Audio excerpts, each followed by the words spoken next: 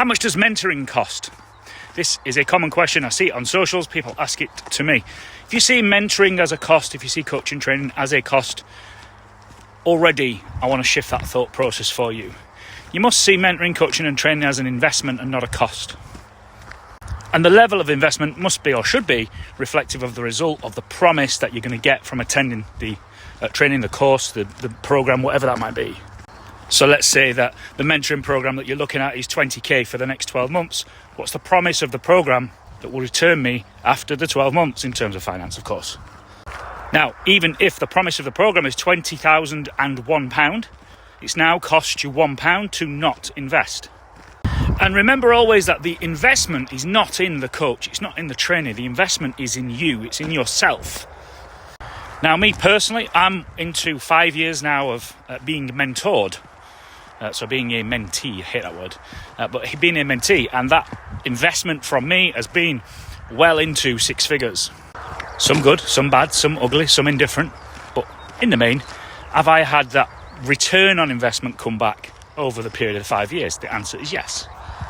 So now I would look at, had I not invested in that thing, in that program, in that course, in that training, I wouldn't have the results that I have today. And that's the measure. But that's easy, that's all well said and done when you're able to look back at a program and review it. But how can you make the assessment in advance? Now, for me, 3 things must be present before any investment: know, like and trust. Do you know, do you like, do you trust the mentor that's offering you a service? Number 2, do they have experience in coaching, training and mentoring? I personally do not believe that experience in their field, experience in their area of expertise is enough to be a coach and mentor. It would be, for me, in my opinion, a coach, trainer or mentor or someone marketing themselves as such. Let's say that they have a £500 million property portfolio. We're talking property mentors now. £500 million property portfolio. They have 40 years experience. That does not make them a good trainer or mentor.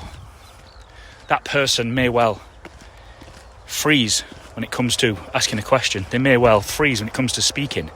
They may not be good at sharing. They may have nothing that they can pass on to you as an implementable model or implementable framework. They may just do the work. Now, lastly, and this one's important.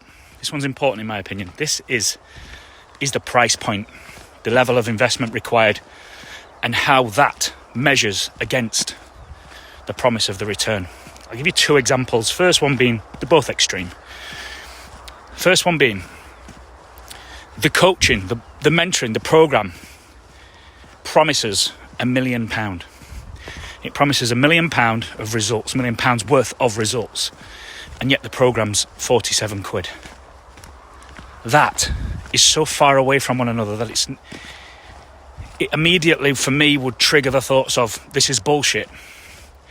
Because any mentor worth their salt, any mentor that knows what they're doing, knows that £1 million return is worth a hell of a lot more than 47 quid.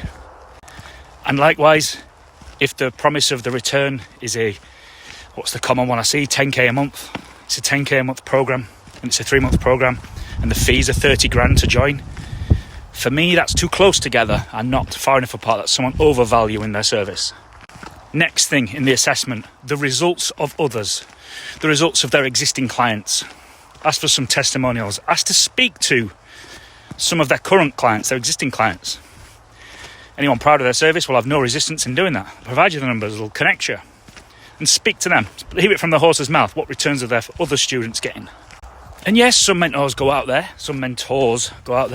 and the startup, everyone's a first day. Everyone's a first client. But that's not to say that they're shit. That's not to say that their other clients haven't got results. That's to say that you're their first client, and that's cool. And if you're their first client, I would expect the level of investment to reflect that as well. And you become their first testimonial. I hope that my take this morning has been helpful on how much should you be paying for mentoring. See you soon.